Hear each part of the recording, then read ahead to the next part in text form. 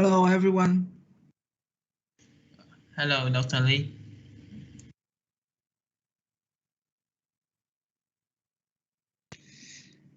Okay. uh, let's go.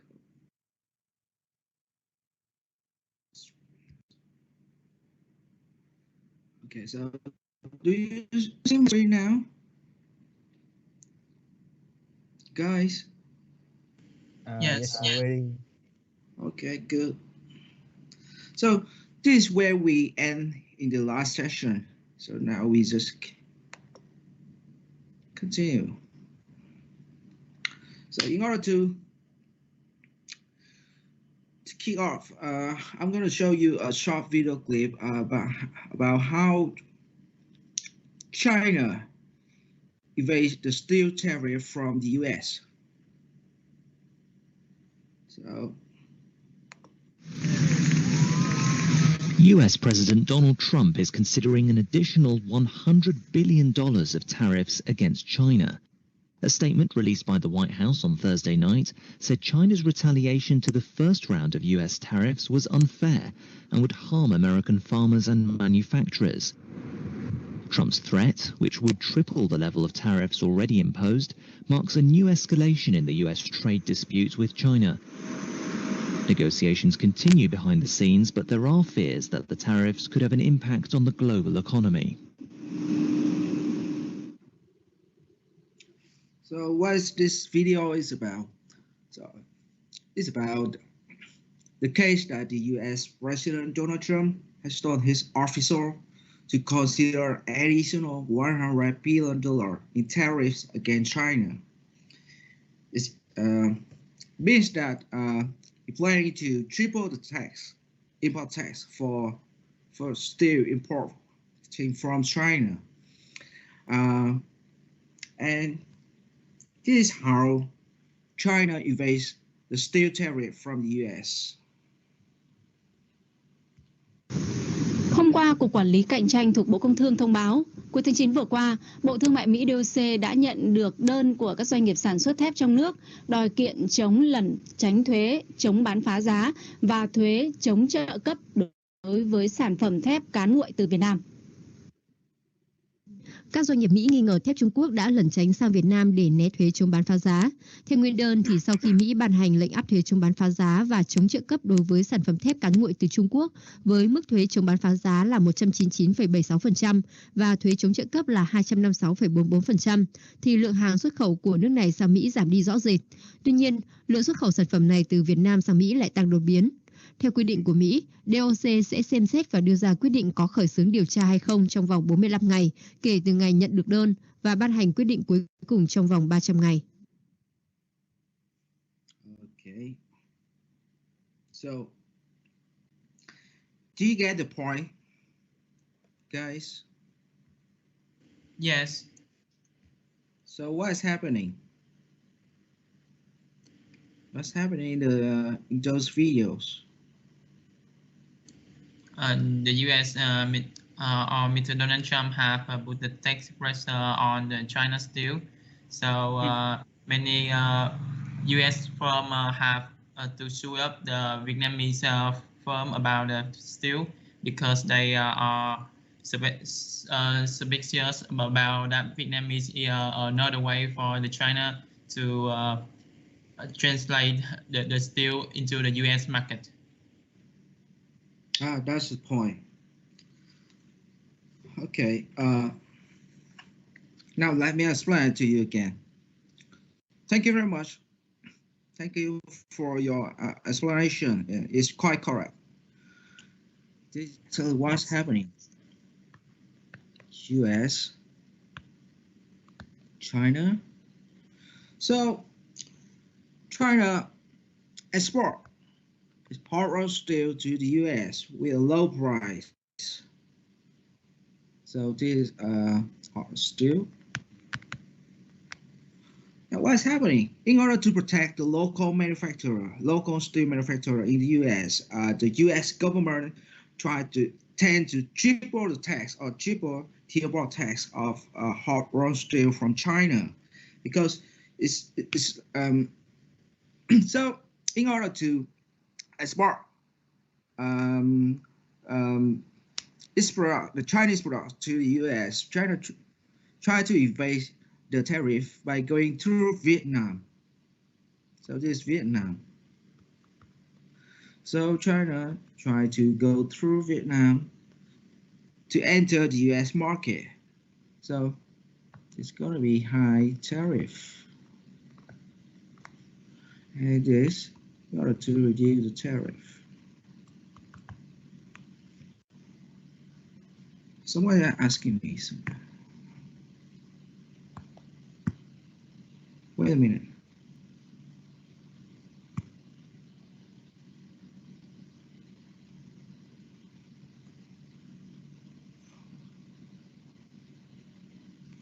Okay.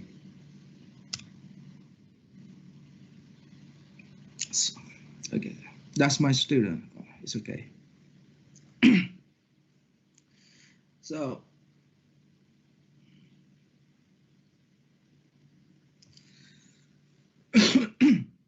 so do you know how the US government deal with this problem? How to avoid the steel export from China, import from China, I'm sorry. How the US government issued the law that require the information of the country of origin.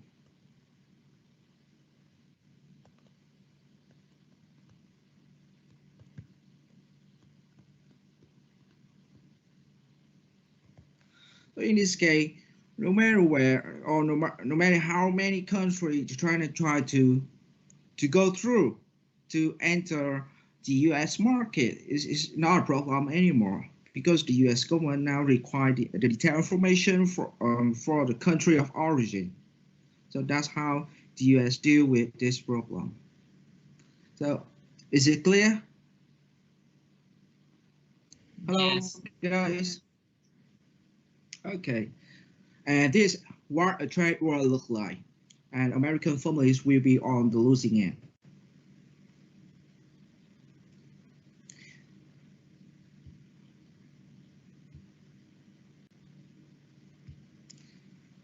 So now we've moved to the content about general agreement on tariffs and trade, or we call it GATT as a short form, and GATT covers three basic areas. Trade shall be conducted for domestic industry through custom tariff, through such commercial measures as import quotas, and consultation shall be the primary methods used to solve global trade problem. So please take a note here that GATT is just an agreement.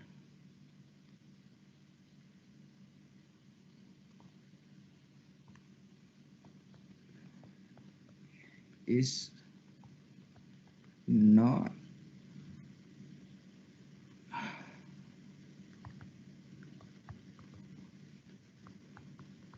it's not an institution. So please take a note about this one.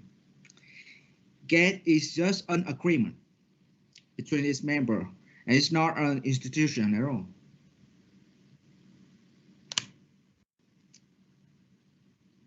Okay, is it okay if I move on? Yes. Okay, so now World Trade Organization, we call it WTO. Unlike GATT, WTO is an institution. You see the point? WTO is an institution. WTO is not an agreement, and it set many rules governing trade between its 132 members, and it provides a panel of experts to hear and rule on trade disputes between members, and unlike GATT, issues being binding decision. Another institution involving tariff and non-tariff is include International Monetary Fund (IMF). Okay, just wait a minute. I've got a message from someone.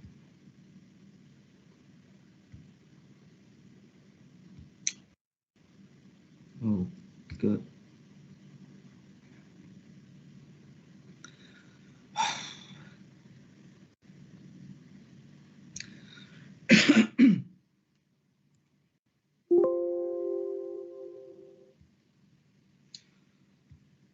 Good afternoon, V.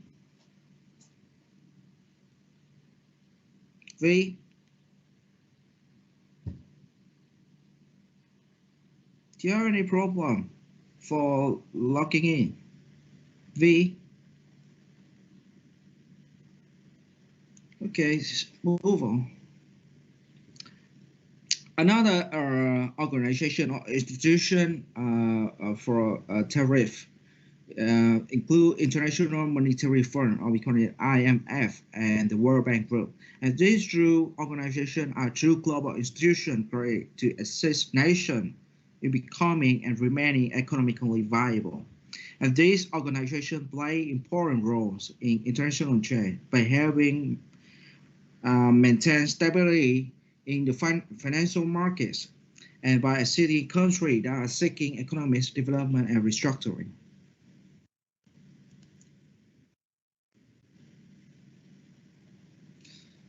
So, beside those institutions, here are the list of all the agreements and institutions about tariff. For example, like AFTA, stands for Asia Free Trade Area, and it includes Brunei, Cambodia, Indonesia, Laos, Malaysia, so on and so forth, and Vietnam as well. Or APEC, and you see AFTA, EU, so on and so forth, NAFTA, yeah. So that's the end of the chapter 1. And here's the reference list for chapter 1, if you like. So that's it for chapter 1. Is there any question for this chapter? Yes? No? Okay. Now, what I would like you to do is to we're going to play Kahoot for a couple of minutes.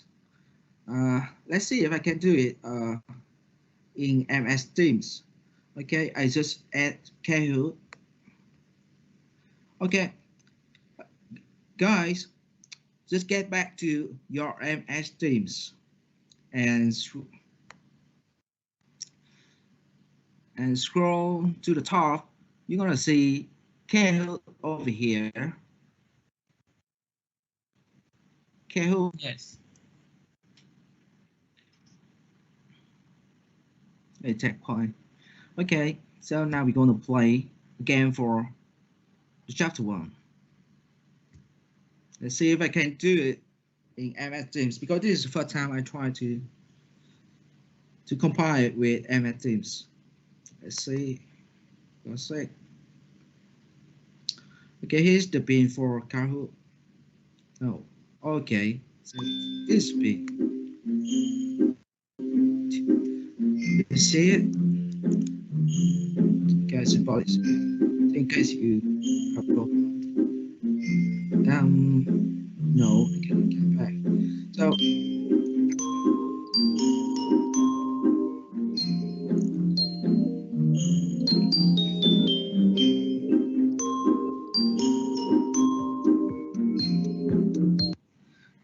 let me explain the rules for you. Okay, we're going to play Kahoot for bonus point. The first prize will be 3 bonus points. For the second prize, you're going to get 2 bonus points. And third place, you get 1 bonus point. So I'm going to give some bonus points just for the top 3 and not for the rest. So try to do your best. Good luck.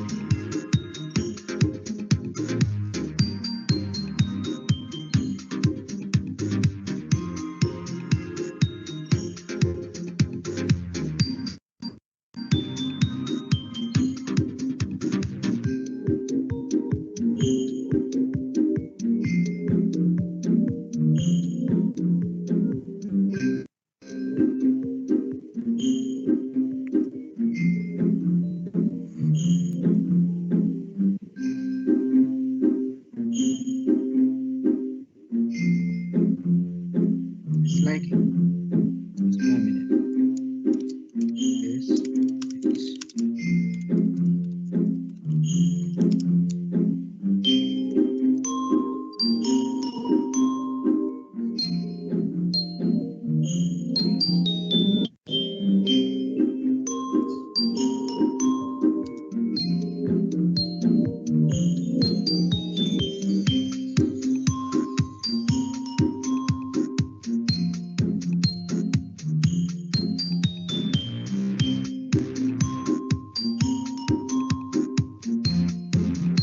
Do you see the number?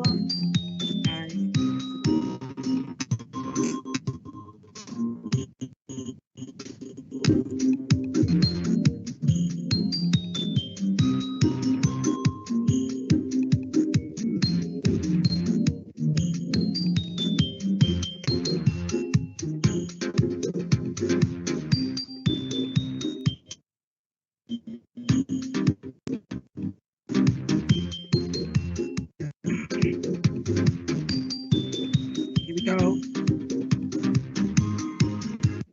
Good luck, guys.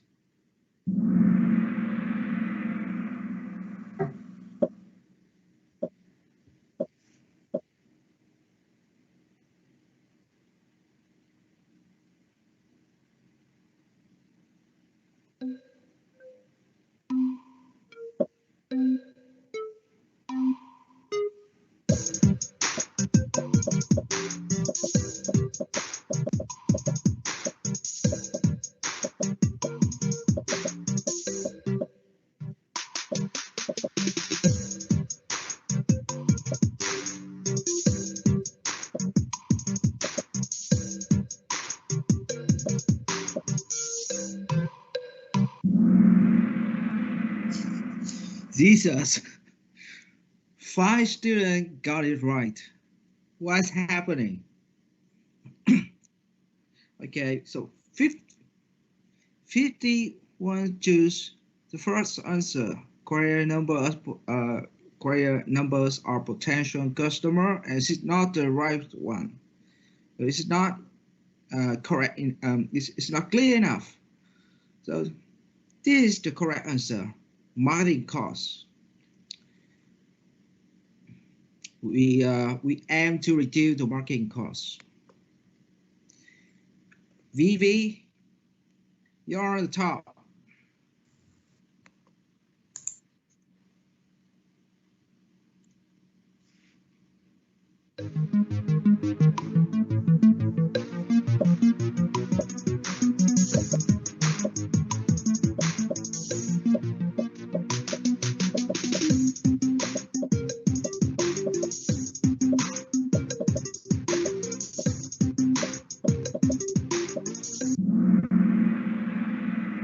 Okay, it's much better now. Reduce marketing costs is the correct answer.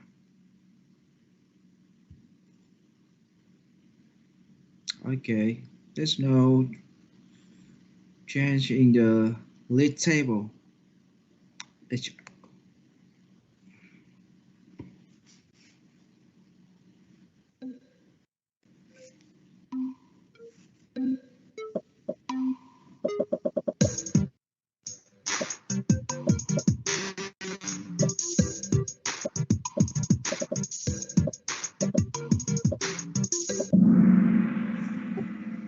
Okay, good. All of the above.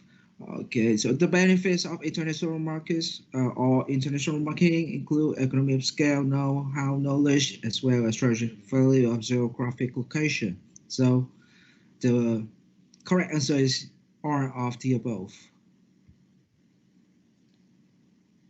Oh, VV is still at the top, following by HN stand for, as what is it? Slide is me?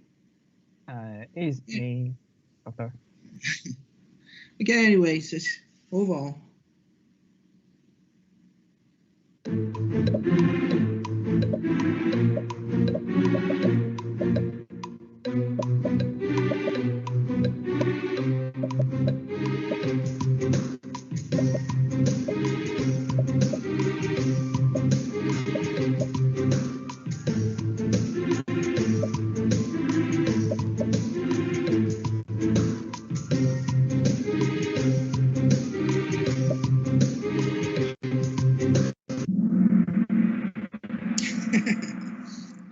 Okay, so international marketing is different for all of the following reason. Accept.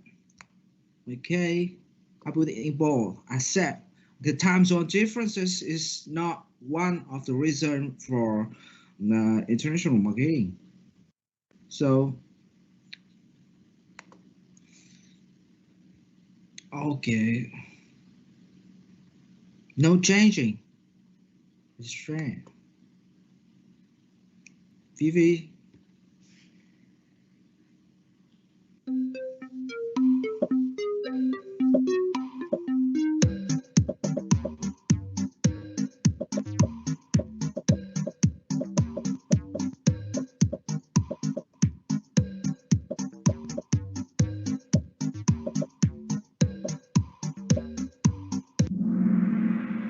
It's much better now. The strategy of international marketing is to develop and implement strategy to generate revenue and sale. So it's easy busy. Okay, VACT. You're at the top. Okay, Vivi, you must work harder to catch up.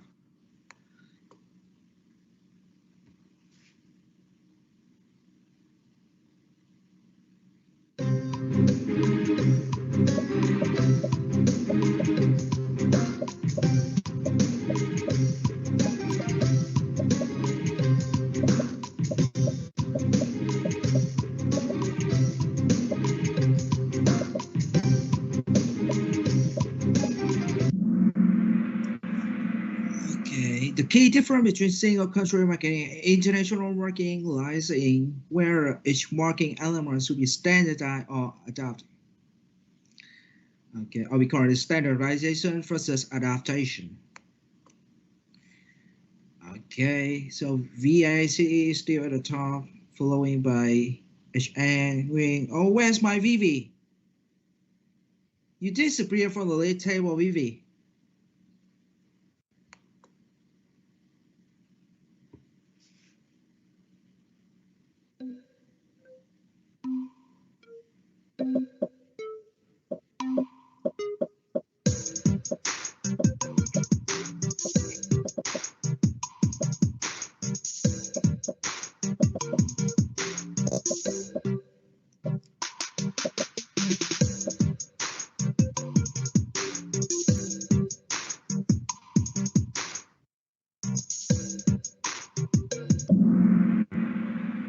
What is international trade? It's the exchange of goods and services between nations. It's easy busy.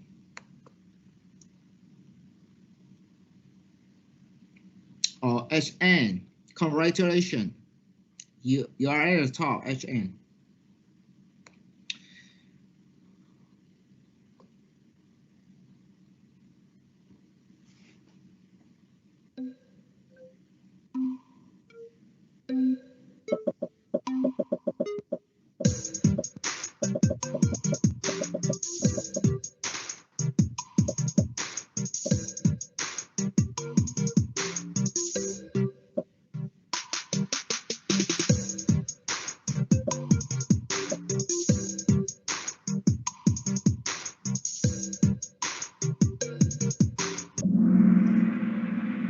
Okay, so this is what you already learned in principal marketing.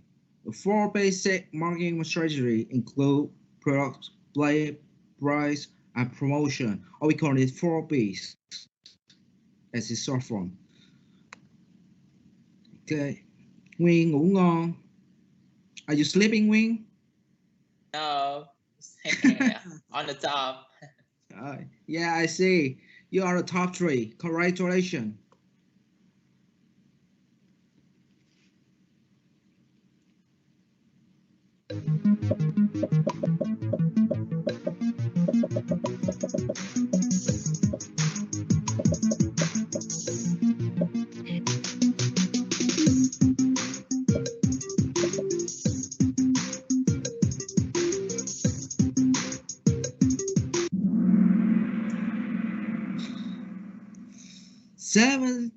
Students, choose domestic.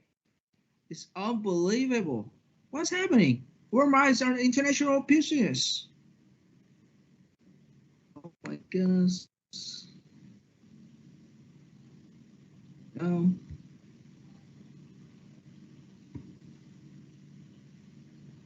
McDonald's.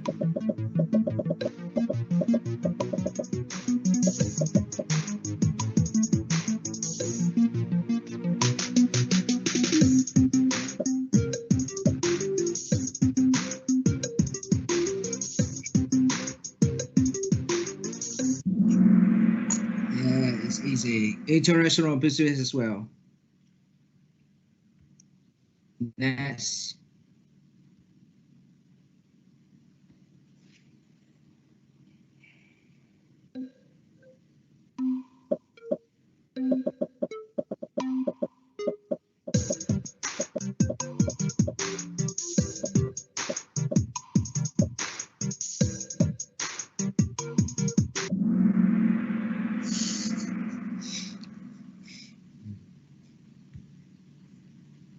Okay. Of 3 places, Koi is the highest climber. Congratulations, Koi.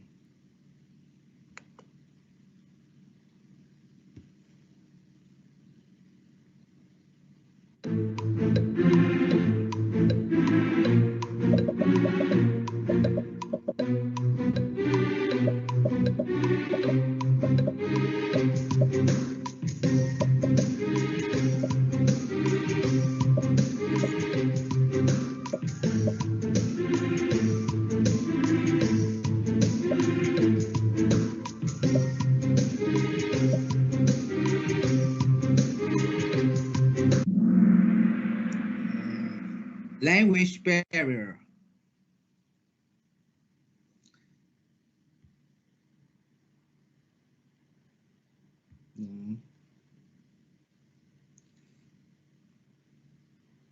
You have another 3 lessons to go.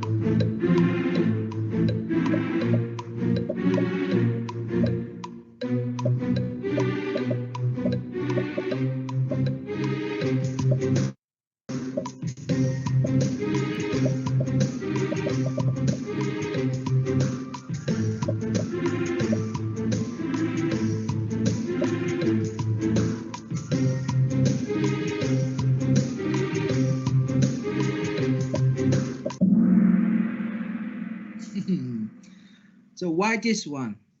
So why global integration and local responsiveness? Why?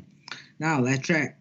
Globalization need to go with localization, not adaptation. Okay, standardization need to go with adaptation, not localization. So you see, so this is the correct one. This is the correct pair one.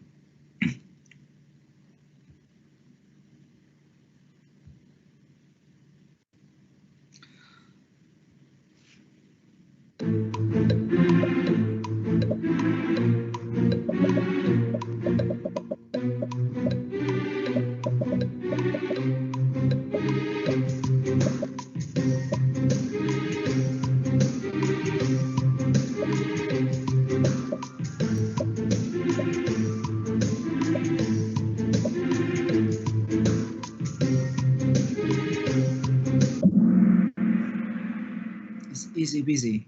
Okay, localization is a combination between globalization and localization.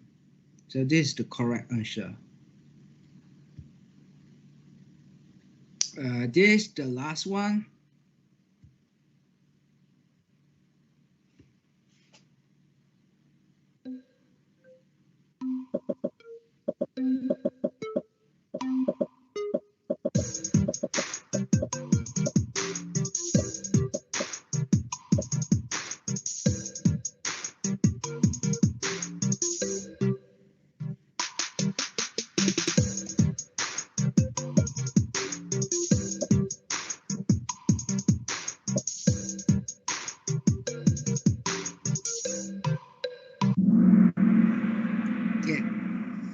Why?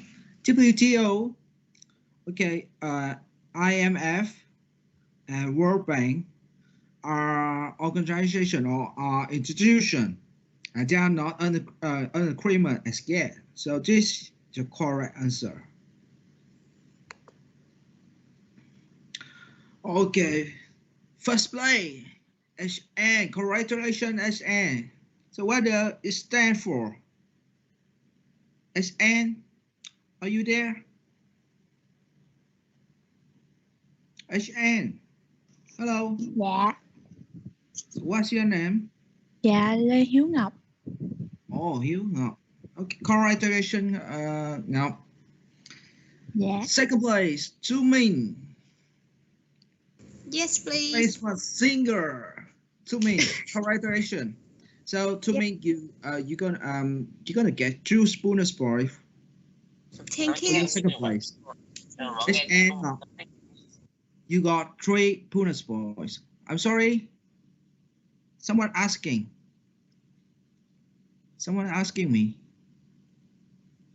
Okay. TQN. Who is it? Dạ có, dạ em. Dạ có. Em thầy Đặng Quỳnh Như.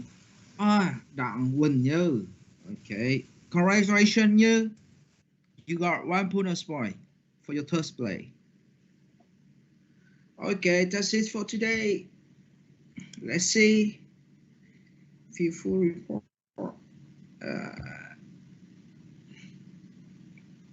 No. It's gonna take too long. Okay. Okay, so now we get back to chapter 2.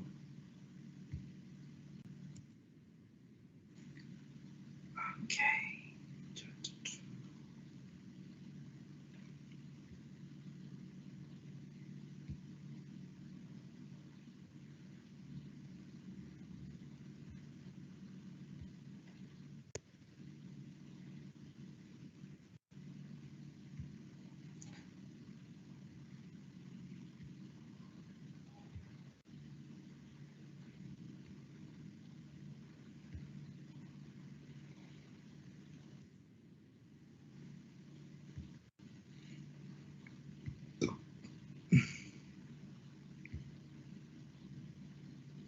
Okay, chapter 2, analyzing the international market environment.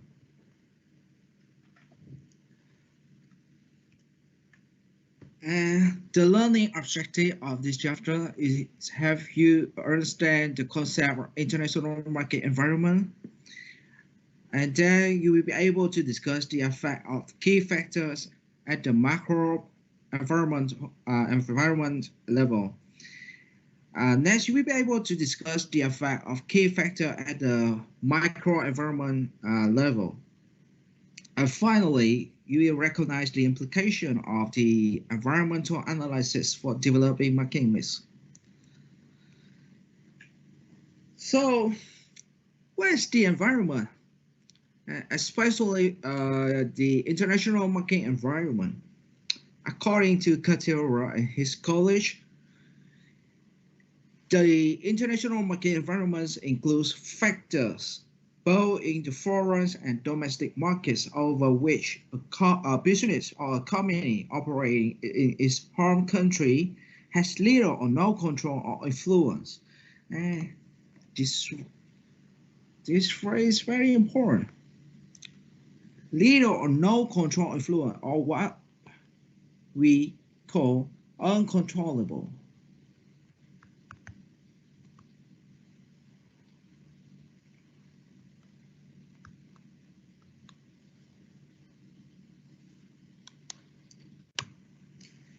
The company cannot control for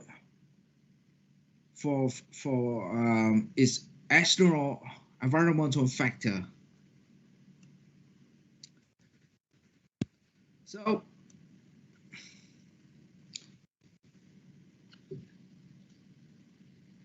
as you already been told, in marketing, we divide the factor in the environment into 2 categories. The first one is called internal environment. This is internal environment.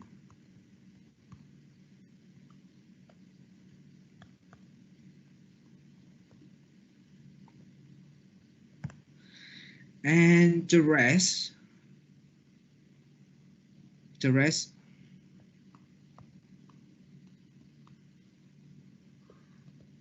is called external environment.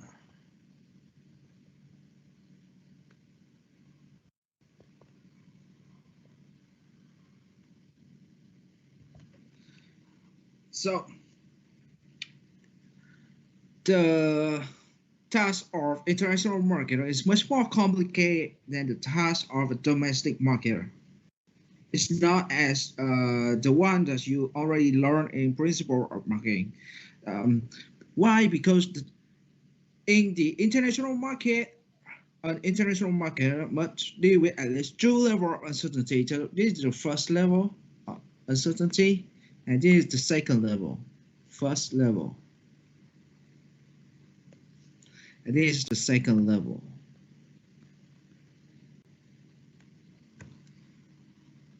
So, in marketing, we divide factor in the environment into two groups or two categories. The first one is called macro environment. And in order for you to remember those factors, we have different kind of framework, such as SLAP, best tail, or best shore, or long best shore, wherever you want, just pick one. So let me give you an example. For example, if you choose the, let's say, best tail framework as a framework to analyze macro environment, best tail, or some, or we call it best shore. Sorry.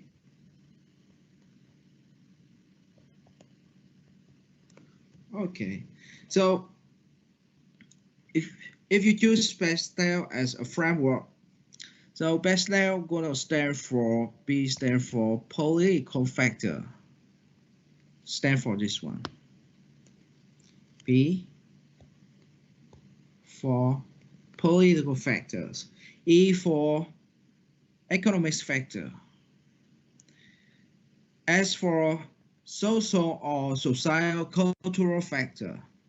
T for technological factor. And E and L stand for environmental factor.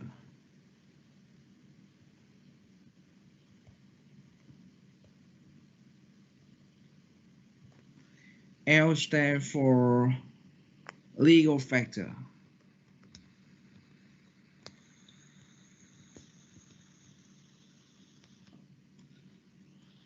Okay, so is it easy?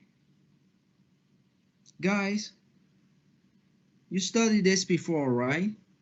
Yes. Best or best tail or best shore or long best tail, wherever you want. It's a big one, framework, and help you to analyze the macro environment. Okay, it's easy. So now we go. Let's say we take best tail. We take best framework as a framework to analyze the macro environment of the company. So the first factor we need to analyze involve political environment, and political environment is a critical concern. According to Kapstein, a professor at INSEAD, perhaps the greatest threat to the operation of global cooperation, and those are most difficult to manage, arise out of the political environment in which they conduct their business. One day, a foreign company is a welcome member of the local community. The next day, opportunistic politicians vilify it or attack it. So today, the government welcome you to open a business in their country. For the next day, no, they don't think so. They kick you out of the country for no reason. And political environment is a critical concern for any international marketers. So according to Kohler and Armstrong, political environment consists of law, government, agency, and pressure groups that influence or limit various organizations and individuals in a given society. So let me give you one example for the political concern. Have you ever heard of Banana Wars? Guys? Yes, no? Banana Yes. Wars. It's a trade war between the US and EU. So banana during 1990s, the Europeans has consumed more than 2.5 billion tons of banana. It's a lot. And the banana wars were the combination of a 6 years trade war between the US and EU. So the US complained that an EU scheme giving banana producers from former colonies in the Caribbean countries special access to the European markets broke free trade rules. And the US filed a complaint against the EU with the WTO, and in 1997, the US won. And the EU was instructed to honor its rule. Banana war. So let me use a picture to explain it to you. The banana war. What's happening in banana war? Okay, so during 1990s, this EU, this US. So the European had consumed a lot of bananas, and they tend to import bananas from the US with high price.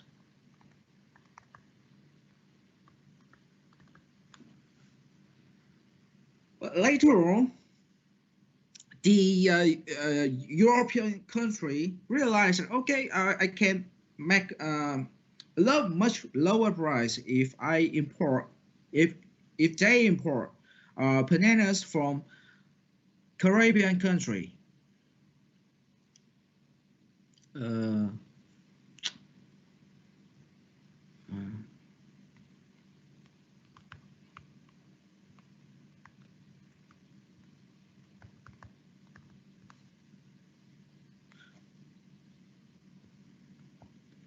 With lower price. So how the EU offer a better tariff for Caribbean country to get banana from those countries with much lower price, and this broke the free trade rule. Why? Because it affects the US local fruit provider. So the US filed a complaint against the EU with the WTO that, okay, the EU was doing wrongly. It's against the rule by WTO, and the US won the war, won the banana wars. So is it clear, guys? Hello, are you listening? Yes. Okay. Is there any question about banana wars? Yes, no? Okay. It's similar like the case of the China and US we have talked about before. Pardon? It's similar to what? Europe try to take the lower price from the other country like I get the point, sorry. Okay. So when you're doing a business in international markets, you need to consider instability of government and policy, or you need to take into account the political concern.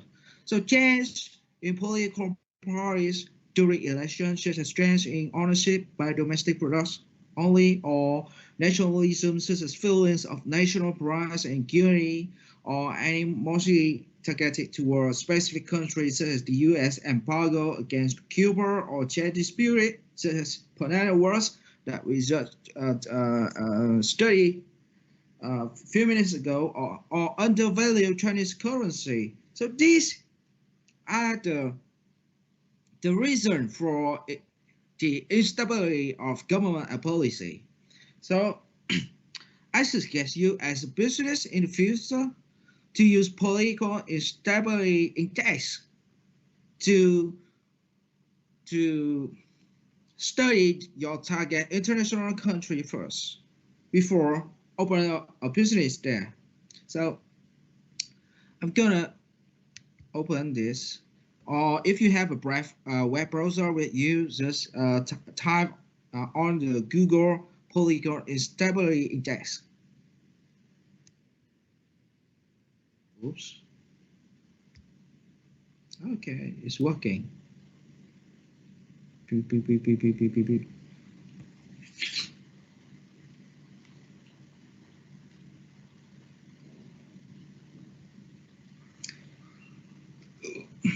Oh, it's require login. Okay, no need. Go to this one. Copy this one. Oops.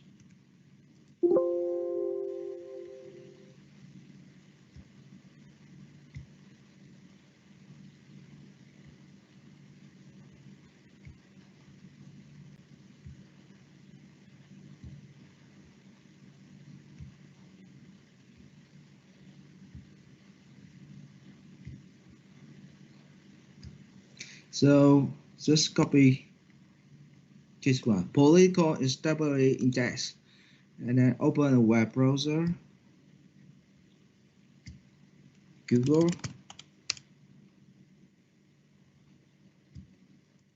Okay. To this one is much better. Google. Okay, pass. Political Instability Index. Okay, so here the result for your keywords political instability index, and you see the website here, the globaleconomist.com. Okay, click it.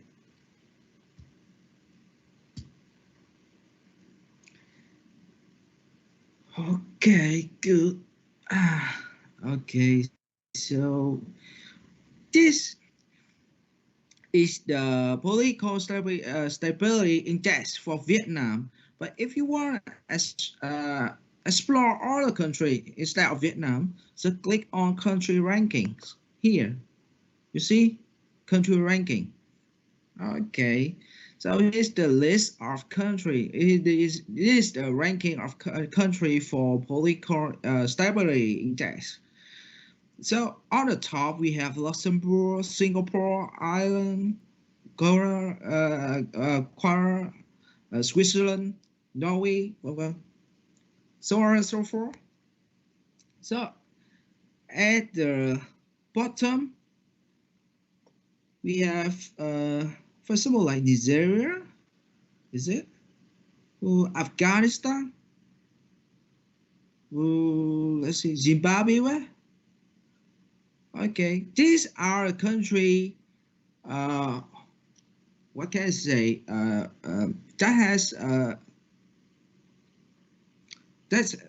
has a politics, unstable politics.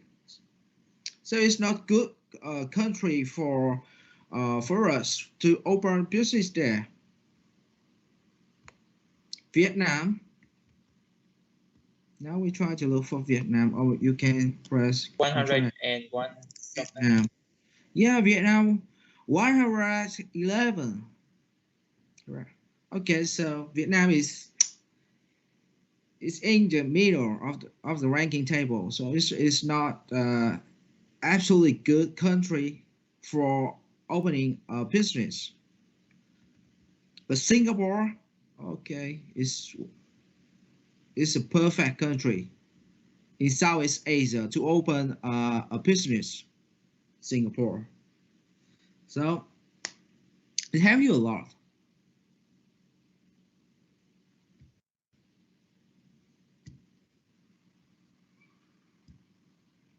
Okay, let's move on. So how can they give that specific score? Because I see in the social media and in newspaper at the political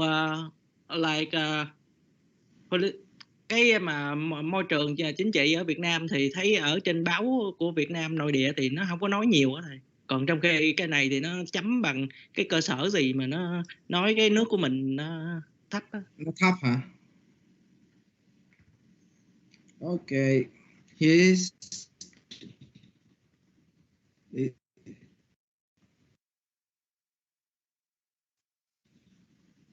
question. How indicator? Now let me check it.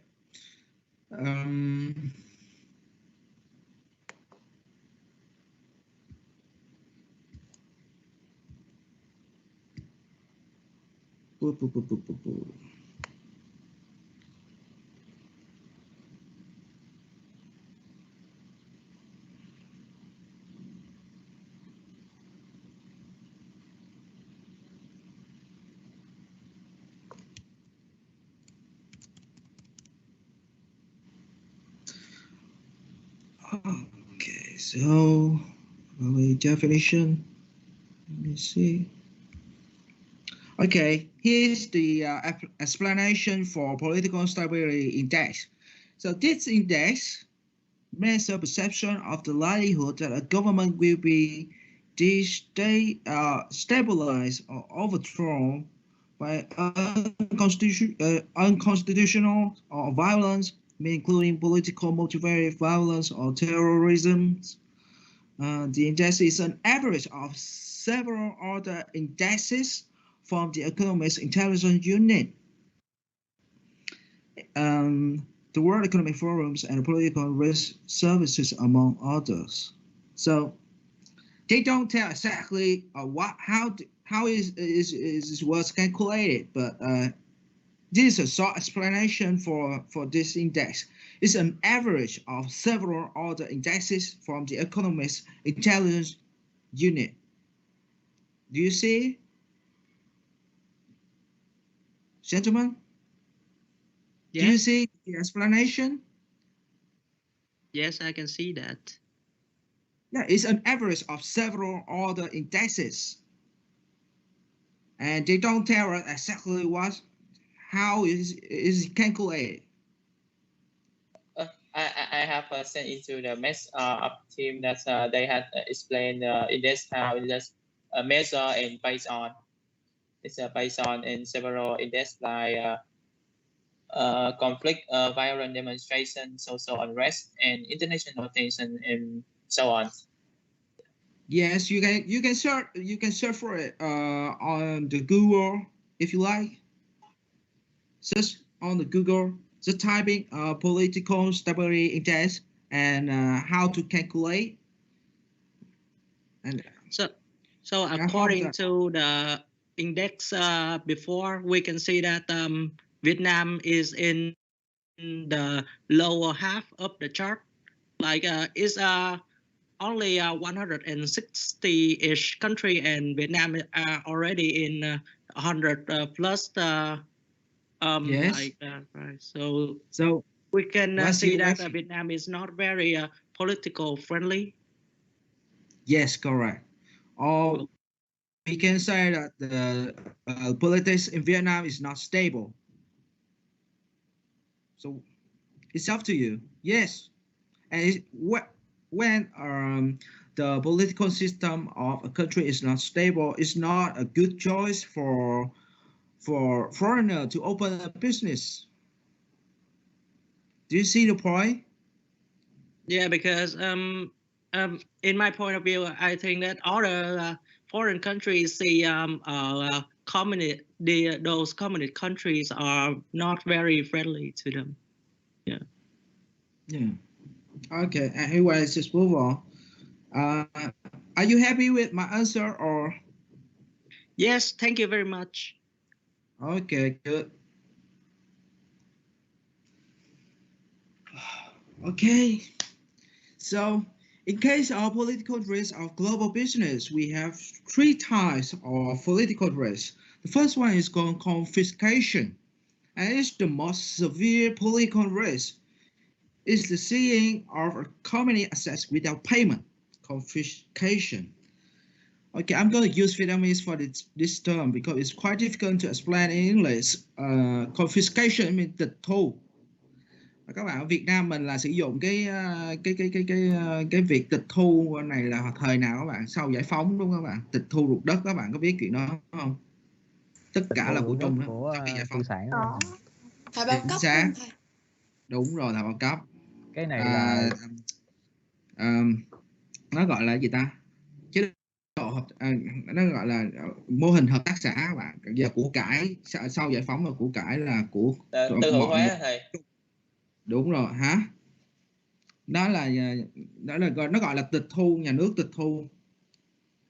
tịch thu tài sản của bạn, nhà máy của bạn, là đất đai của bạn, nhà nước tịch thu là quyền sở hữu của nhà nước, tịch thu và không có bồi thường nha các bạn, without payment nhé. Quốc hữu hóa thầy. Cái này là trường hợp tệ nhất ha, giống như là mình làm kinh doanh ở một cái quốc gia đó mà chính phủ họ tịch thu hết tài sản nhà máy rồi cơ sở hạ tầng của mình và họ không bồi thường thì cái này giống như là mất trắng ha các bạn. Bởi vì cẩn thận ha, những cái nước quốc gia mà nó có tình hình chính trị bất ổn thì mình phải cẩn thận những cái vấn đề này.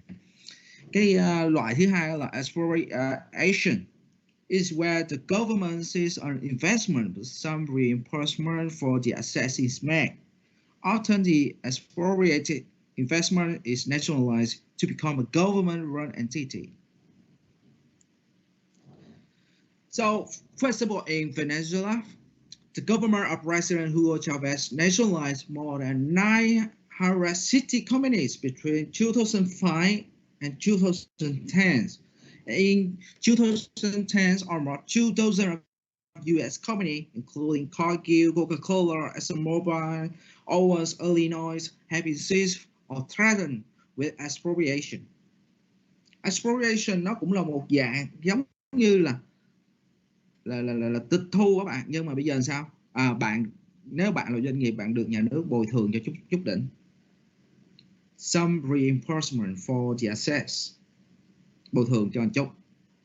Nhưng mà đó bạn có vui không bạn?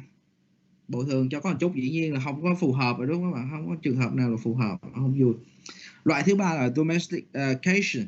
It occurs when the government maintains local ownership and acquire national involvement in a foreign company's management. Trường hợp thứ ba thì nó gọi như là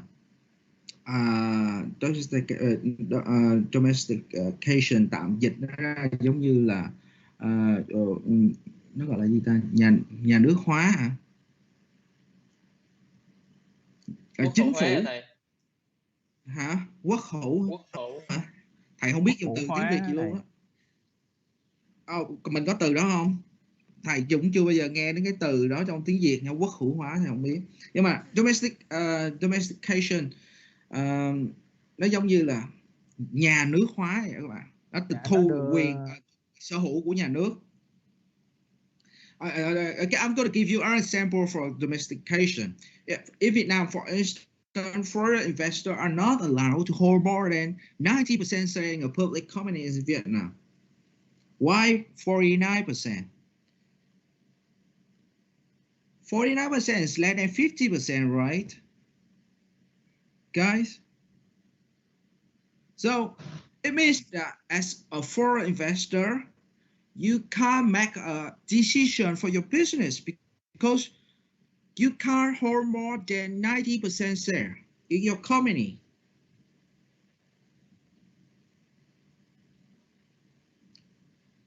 Have you got the point?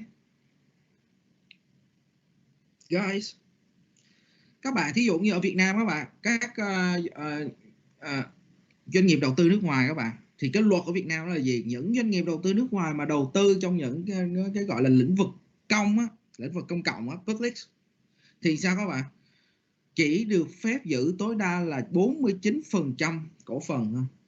Tại sao 49% mấy đứa? 51% ai sẽ nắm quyền? Dạ, nhà Nhà nước. nước nắm quyền. Và nếu như bạn giữ không quá 50% cổ phần thì bạn có được quyền ra quyết định không? Dạ không. Chính xác. Và đó gọi là domestication. It occurs when the government mandates local ownership. Okay. It's not your ownership. It belongs to the government. Is it clear? Hello? Is it clear? Yes, Yes it's or no? really clear. Okay. So now I'm going to show you a video about General Moro in Venezuela. So in Venezuela, for example, the government of President Hugo Chavez nationalized more than 960 companies between 2004 and 2010. And among these foreign companies, GM is one of them. And the following video is about the case in which GM factories were confiscated by the government of Venezuela. But the question for you is, why did GM choose Venezuela as their target market at the beginning? That's the question. Now, watch the video. GM, I found this surprising that it had operations in Venezuela to halt, but apparently it did, and it has. Jeff Locke has all the details. Jeff. Since 1948, Neil, and you ask a good question. Why are they doing business there in such a difficult environment? Well, they've been the market leader in Venezuela in terms of selling cars for decades, literally. Sell a lot of Chevrolets down there, and it's a great place to sell cars because oil is so cheap, gasoline is cheap, but not now. In the town of Valencia, that's where their manufacturing operations are located, and today they were seized by the Venezuelan government. And, you know, this is one of, now the Wall Street Journal estimates 1,400 separate businesses that have been seized and nationalized by the Venezuelan government. If they do as well as they did at seizing and nationalizing the oil industry, pretty soon they'll be riding donkeys down there because there won't be any cars on the street. Yesterday, what was called the mother of all marches took place in the streets of Venezuela, various towns, mainly Caracas, 3 people killed. You know, this country is a mess. It's looking a little bit like Havana 1959 as businesses are seized. There's a widespread unrest on the streets. The government of Nicolas Maduro blames the rightists, he says. The right-wingers are forcing this, but it is looking more and more like it is just the general population in general that is rebelling against no food, no liquids, no medicine, no parts for their operations of companies like General Motors and GM. We talked to them today, and their statement says basically we're going to, we strongly reject the arbitrary measures taken by the authorities. We'll vigorously take all legal actions to defend our rights. But right now, the courts are in a bit of the pocket of the ruling government, so I don't know where that's going to go, but not a great place to do business, Neil. Yeah, amazing. I just can't believe, to your point, that they were there in the first place, through the Chavez years and everything else. Used to be good. Yeah, I guess so, my friend. I guess so. Jeff Locke, thank you very, very much. Okay, so I'm back to the question. Why did GM choose Venezuela as their target market at the beginning? Do you have any answer for it? Guys,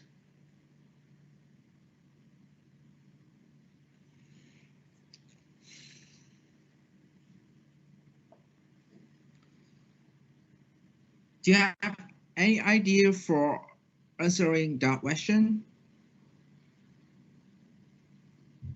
GM stands for General Moro, as is leaders for Moro manufacturer over the globe. Bảo nói luôn đi Bảo ơi. Yes. Yes, because the factory of General Motors had been seized by protesters who's going on the strike. Right? Yes. But why did GM choose Venezuela as their target market at the beginning?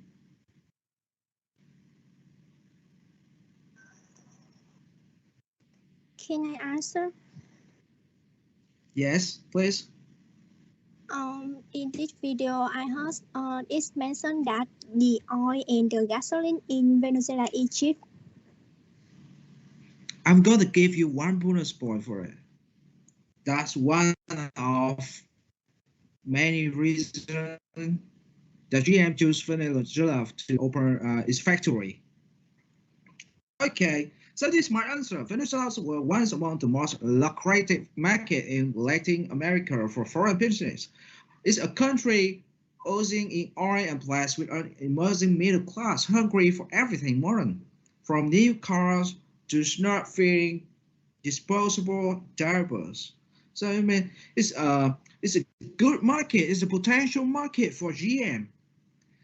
You know, one of the reasons involved the oil and resources, energy resources in Venezuela, as well as the people there. They are middle class and they are hungry for every modern, from new car to diapers. So that's my answer for the question. So just move on. I'm gonna give a bonus point for the lady. So answer the question. Okay. So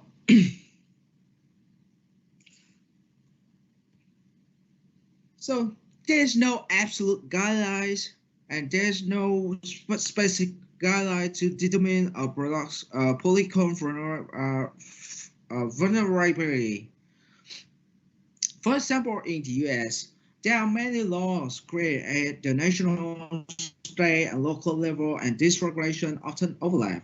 For example, like aspirin. Aspirin sold in dollars are governed by both federal labeling laws and Texas state's advertising law. Moreover, regulations are constantly changing. So what was allowed last year may now be prohibited or may now be banned. And what was prohibited may now be allowed. So marketers must work hard to keep up with change in regulation and that interpretation.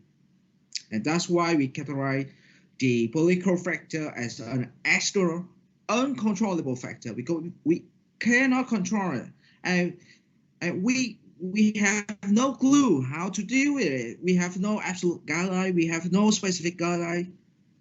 But luckily, we have political stability index that reflects how the political system of a country to see whether it's stable or not. Okay, so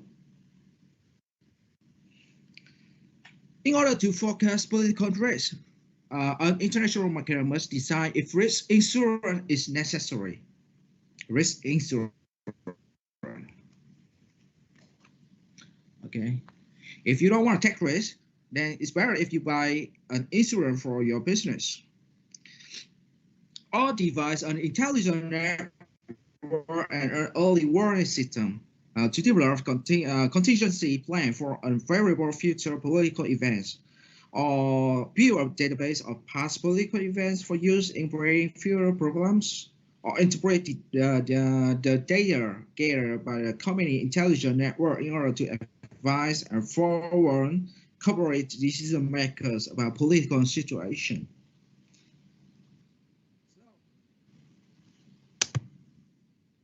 We move to the second factor in the external environment, in the external macro environment. What is called economics factor. An economic environment consists of factors that affect consumer purchasing power and spending patterns. And these factors consist of income, cost of living, interest rate, and saving and borrowing patterns. So, have you ever heard of Ernst-Engel's laws? According to Ernst-Engle law, as income rise, the percentage spent on necessity inferior, such as food, will decline, and vice versa. When when an individual income increase, the percentage spent on noble goods and luxuries such as cars will increase. So, as you see in the figure on your right hand side, you see, so this lies for inferior goods. So when your income increase, so what do you see? An individual will spend less for inferior goods and more for normal goods or luxury goods. Is there any question for this one? For Engle laws? Yes. For the inferior goods, when the income increase, the quality will increase, but a little bit. And for the normal good, when the income you increase, the quality is increases bigger than inferior good. And the last, for luxury good, is is increase very fast. And now you see on the horizontal axis, yes. So when an individual income increase, they're gonna spend less for your goods and more on normal goods or luxuries.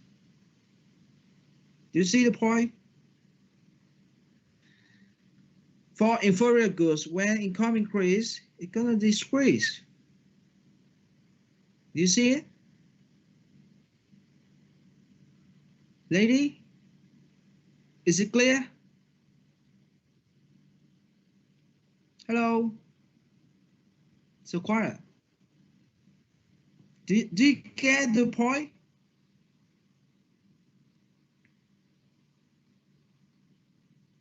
Hello?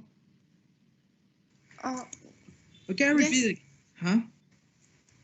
Do you get the point? Yes. Okay, when income increase, inferior goods will decrease accordingly, or the quantity demand for inferior goods will decrease. It goes this way. Oh yes, it's for example like mì gói in Vietnam. Because when your income is increase, and you will pay for mì gói less. But when income you increase, you can pay for spaghetti or beef steak. And yes, that's exactly. Yes, that's correct. That's correct. So when your income increase, you don't get instant noodle as your dinner. You go out there, go to the restaurant for for your dinner. So here's the list of luxury goods and normal necessity goods as well inferior goods. So for example, for inferior goods, people will choose frozen vegetable, but when their income increase, they tend to choose fresh vegetable or organic vegetable. Another example involves cheese. You know cheese? Cheese for eating or cooking, cheese. So if you have low income you will tend to choose processed cheese. It's very cheap. But when your income increase, you tend to choose natural cheese or world-class cheese, which is very expensive. So, or another example that is much more, that is easier, such as like when your income is quite low, you're gonna travel by bus. Don't you agree? But when your income increase, you're gonna choose rail travel or air travel. Yeah, that's what we call Earth angle laws. So is it clear? Oh my God, I forgot the break. Yes. So shall we take a break for 15 minutes? Oh, Jesus. Sorry for that. I forgot. Okay, we take a break for 15 minutes and then we're back with chapter 2. We take a break for 15 minutes.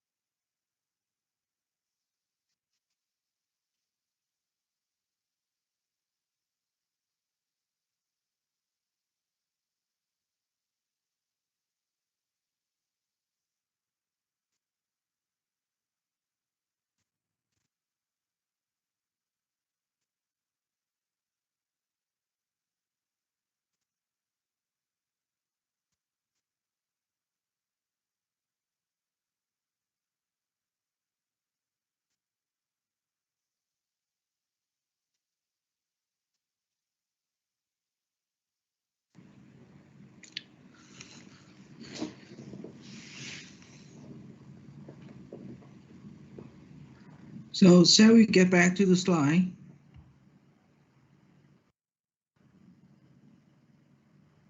Hello, guys. Yes. Yes. Okay, thanks. So, Tata is an example. Tata is a brand name for it's a car manufacturer, and to capture the growing middle class of the globe, in Asia particularly, Tata Motors introduced the small, affordable Tata Nano, and exported its commercial vehicles to neighboring Asian countries like Sri Lanka, Nepal, or Bangladesh, South Asia. And can you imagine a car within the reach of all as its advertisement? So now you can get a car with as low as around 2,500 US dollar.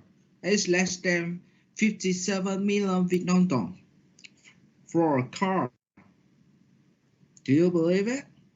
So change in income will affect the consumer decision and behavior, and value marketing involves ways to offer financial conscious buyers greater value, the right combination of quality and service at a fair price. So now we've moved to social factor. Social factor, or sometimes we call social cultural factor. This is another term for it, social cultural. Social cultural factor consists of social factors such as geography, history, education, language, demographics, and cultural factor such as perception, attitudes, and values. And these factors reflect the collective programming of the mind that distinguish the member of one category of people from those of another. So in this figure, you see that the geography, history, technology, and political economies, social institution are those factors that will affect elements of culture.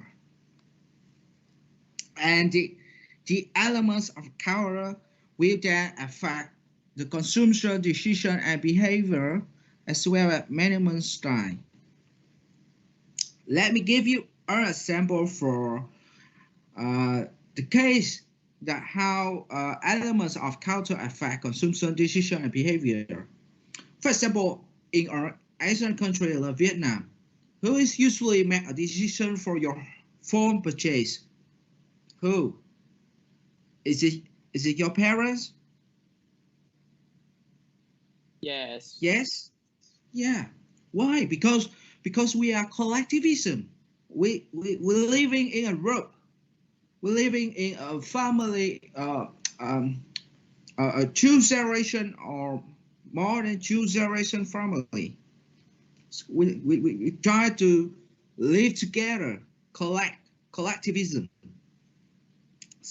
But in a Western country like the UK, we make our decision individually. We don't ask our parents just to see whether they approve for us to buy a phone or not. It's not necessary. So that's why we say, just do it. So you see the difference, the cultural difference between Vietnam and the UK. UK tend to be individualism. Meanwhile, Vietnam tend to be collectivism. And now I'm going to give you another example how the elements of culture affect management style.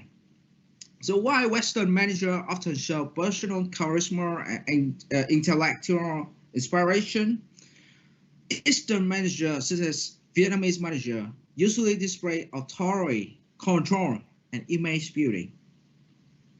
I'm going to use Vietnamese to explain this because it's quite important. Ở Việt Nam các bạn thì các bạn thấy là cái văn hóa nó ảnh hưởng rất nhiều nha, nó ảnh hưởng rất nhiều đến cái quyết định lựa chọn cũng như là hành vi của người tiêu dùng các bạn. Ví dụ như ở những quốc gia mà họ có xu hướng là theo cái gọi là chủ nghĩa cá nhân, individualism, chẳng hạn như là Anh Quốc các bạn, Vương quốc Anh các bạn, thì sao các bạn? Thường thì là bạn sau 18 tuổi là bố mẹ bạn đá bạn ra khỏi nhà rồi. Bởi vậy sao? Thường là họ có tính tự lập ha. Họ đi học họ cũng ra đi kiếm tiền để đi học, hoặc là họ muốn mua cái gì họ cũng tự quyết định chứ không có phải hỏi ý ai đó, tại vì họ sống theo chủ nghĩa cá nhân. Còn Việt Nam thì sao các bạn? Mình có khuynh hướng là sống theo chủ nghĩa cộng đồng, nhiều thế hệ sống chung với một mái nhà, đúng không các bạn? Và khi các bạn, hành vi người tiêu dùng của người Việt Nam đó là gì các bạn? Thường ví dụ như bạn chưa đủ tuổi vị thành niên, thường bạn mua hay là bạn chi tiêu một cái gì đó thì thường là bạn sẽ hỏi cha mẹ mình, đúng không các bạn? Tại cái đó là do cái văn hóa cộng đồng của mình, collectivism. Một cái ví dụ khác nữa là về cái ảnh hưởng của văn hóa đến cái cách lãnh đạo.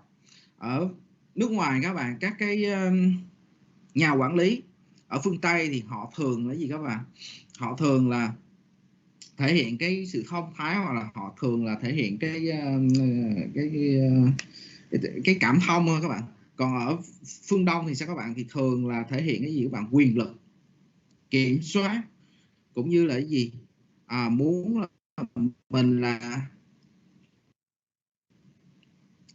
có nghĩa là mình nói cái gì thì cấp dưới cũng phải nghe hết chứ không có được cãi lại.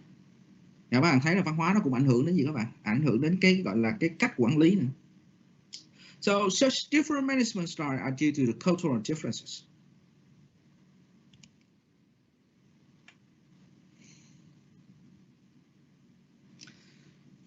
For social factor and global markets, we also need to consider the climate of a country or topography, as well as geography, nature, and economic growth of that country, or resources as well. So first, climate and topography. So mountains, oceans, sea, jungle, or other geographical features can pose serious impediment to economic growth and trade. For instance, South America west coast for 4,500 miles with an average height of 30,000 feet. A commercial routes between the Pacific and Atlantic coast. So this will absolutely affect the related activity of distribution.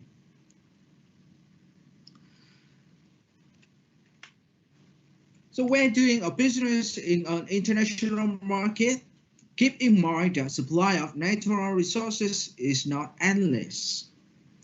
This fact sometimes could affect your business.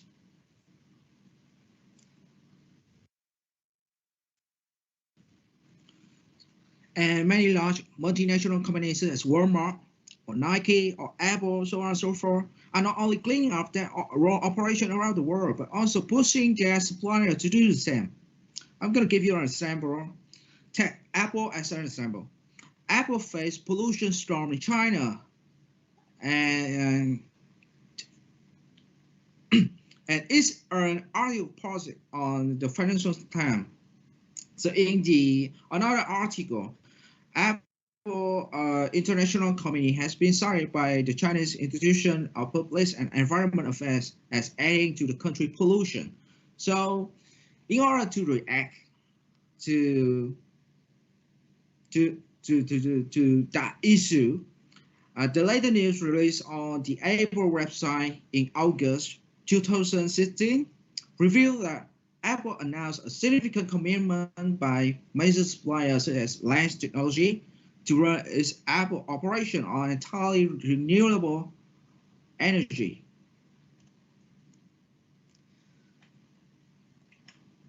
So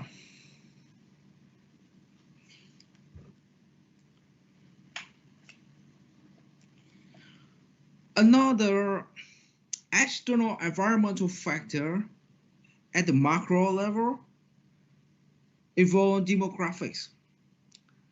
And it's important to know about the current population trend or demographics, because people constitute markets for various categories of goods.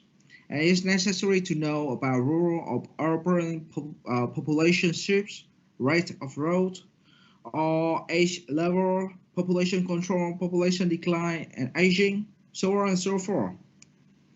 So this is an example for the world population by region from 2011 to 2050, and life expectancy at birth. So,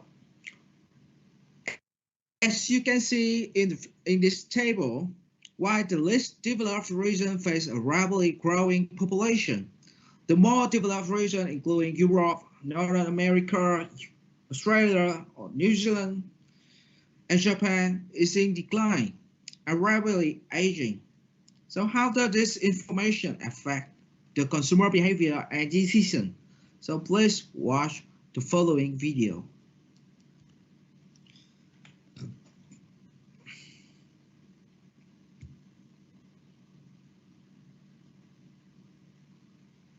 Oops.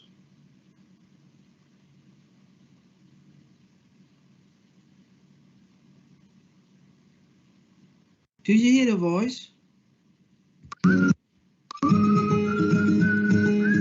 Yes.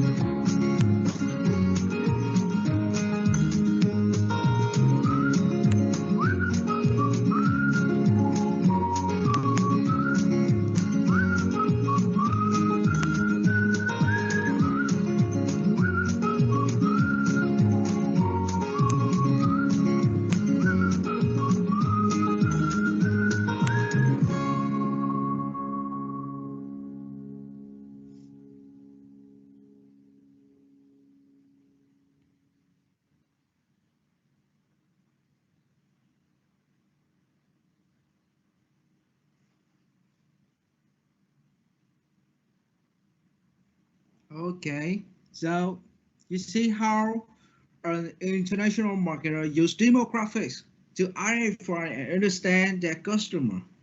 So what's your so in order to analyze the information from the demographics, usually we divide according to different generation, such as generation X, millennials, or generation Y and generation Z.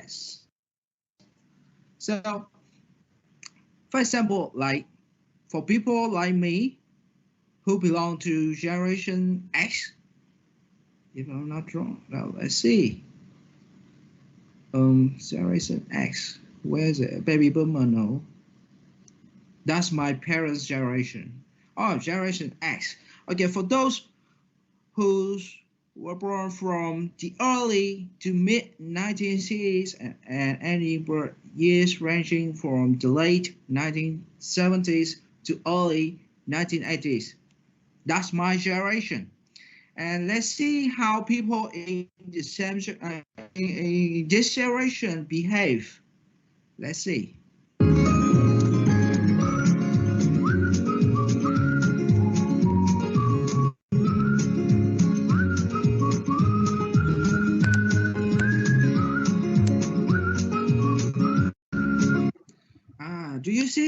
Usually people in this generation, 84% of them have brand loyalty.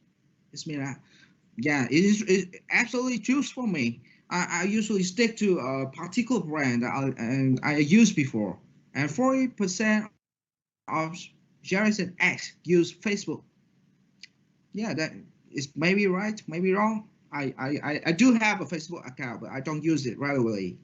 Facebook is the most popular social site for this generation. Yes, it's true. 87% of Generation X have purchased something online. Jesus. I use online purchasing all the time. And Generation X prefer to access social media between 8 p.m. and midnight. Yes, it's absolutely true because I'm so busy and I can only access to my social network after work. I mean between 8 p.m. and midnight. So it's true for me. And how about you guys? If I'm not wrong, you guys belong to Generation Z. Yeah, this. Yes, that's right. Yes. Let me check. Okay. Okay. Generation Z are those who were born between the mid-1990s to early 2000s. Is it your generation? Yes? Yes. Okay, so...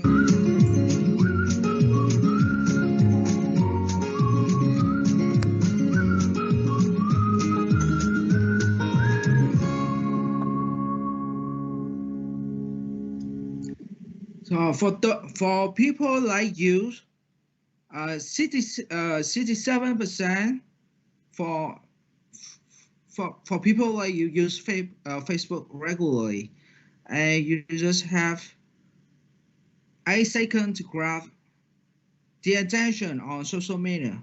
It means that okay, you don't spend a lot of time on social media. No, not a lot of time. It means that okay, you just get through the headline of any article weekly, and you spend just 8 seconds to grab. I mean, as an international marketer, we only have 8 seconds to craft your intention on social media. 8 seconds, no more. So this means, okay, in order to target the customer like you guys, we need to be very focused, very straightforward to the point, because we don't have much time to grab your attention. And 50% of you use Instagram. Is this true? 50% of people like you use Instagram. Do you have an Instagram account? Yes, I have. Yes. Yes, that is true. 79% people like you would be interested in virtual reality as part of social media. So most of you would be interested in virtual reality. So that's like online game. You want to take part in virtual reality. Đúng mấy đứa, 79% những người giống như mấy đứa thích sống cuộc sống ảo. Có nghĩa là gì? Thích nhập vào những cái vai nó không có thật, chẳng hạn như là gì? Trò chơi online game đúng không bạn? Trò chơi điện tử trên mạng đúng không bạn? Ở đó các bạn sống một cái cuộc sống ảo chứ không phải là thực tế. Hoặc là mình hãy gọi là sống ảo ha. Và 79% của những người và thế hệ của các bạn sẽ có một cái gọi là cái hành xử giống vậy. Cái đó đúng không mấy đứa? Đúng thầy ơi. Ủa? Đúng ha. Và 63% những người như các bạn thì gì? Prefer real people marketing. 63% những người như các bạn gì? Thích quảng cáo người thật việc thật. Chứ không thích dùng những người nổi tiếng mà nó giả tạo thì các bạn cũng không thích đâu các bạn, mà thích những quảng cáo mà nó dùng người thật việc thật. Là KOL hả thầy? KOL là celebrity. KOL là Key Opinion Leaders, đó là celebrity. Còn thế hệ của các bạn thì không cần phải phí tiền để dùng KOL. Hình dung được thầy đang nói gì không? Những người thường thôi, những người thật đúng, không phải là truyền miệng. Thí dụ như của một quảng cáo thì thay vì các bạn mướn những người nổi tiếng celebrity, đúng không các bạn, thì để quảng cáo đó thu hút sự chú ý của những người trong cái thế hệ của các bạn, Generation Z giống như các bạn, thì những nhà làm marketing thì họ thường sẽ có xu hướng như các bạn chọn những người thật, việc thật. Ví dụ như để quảng cáo vào một cái trường đại học thì thường là gì? Họ sử dụng luôn sinh viên, họ sử dụng luôn những cái phản hồi của sinh viên, hay là những cái phản hồi từ phía doanh nghiệp này nọ vân, thì nó có sức thuyết phục các bạn hơn là sử dụng cái người mẫu lên nói này nói kia nói tốt, nhưng mà bạn thấy nó không có thật thì bạn không có tin. Cái đó có đúng không? Dạ đúng thầy. Dạ đúng thầy. Ok. Và in order to target people like you in Generation X, usually an international market, we try to keep their message short and positive. Có nghĩa là những nhà làm marketing các bạn, để nhắm vào những đối tượng khách hàng ở thế hệ X giống như các bạn thì sao các bạn? Thường thì là họ sẽ rút ngắn cái thông điệp lại, nó ngắn gọn, nó xúc tích lại, chứ họ không có dài dòng. Cái thứ hai nữa là gì các bạn? Nó đảm bảo là cái nội dung thì là nó phải thỏa mãn ha. Có nghĩa phải có hình ảnh, nó phải sôi nổi, nó phải kết hợp này nọ đối kia. Thứ hai là nội dung thì nên dựa trên video. Thì cái thế hệ này, các cái nội dung mà dùng video để phổ biến thì nó sẽ thu hút hơn là những cái nội dung dựa trên các cái format khác. Đúng các bạn. Đó là lý do tại sao khi thầy thiết kế slide cho mấy đứa các bạn, thầy hay sử dụng video là vậy. Tại vì sao? Thầy muốn thu hút sự chú ý của mấy đứa. Và thường là gì? Các slide của thầy cố gắng rút ngắn ít chữ nhất có thể. Chủ yếu là hình ảnh, chủ yếu là những cái keywords, hay là dùng những cái video để các bạn tiếp cận vấn đề. Và thường là thời gian mà các bạn sử dụng hoặc là truy cập các thông tin trên mạng thường là trước hoặc sau giờ học. Tại vì đúng rồi, ở cái tuổi của các bạn là những cái tuổi còn đi học, đúng không các bạn? Thì nếu như mà có quảng cáo cho khách hàng là ở lứa tuổi của các bạn thì sao các bạn? Mình không nên quảng cáo trong cái khung giờ mà đi học trước, trong cái khung giờ các bạn đi học. Chỉ quảng cáo trước hoặc sau khi các bạn học xong thôi. Và đó là cái cách sao các bạn?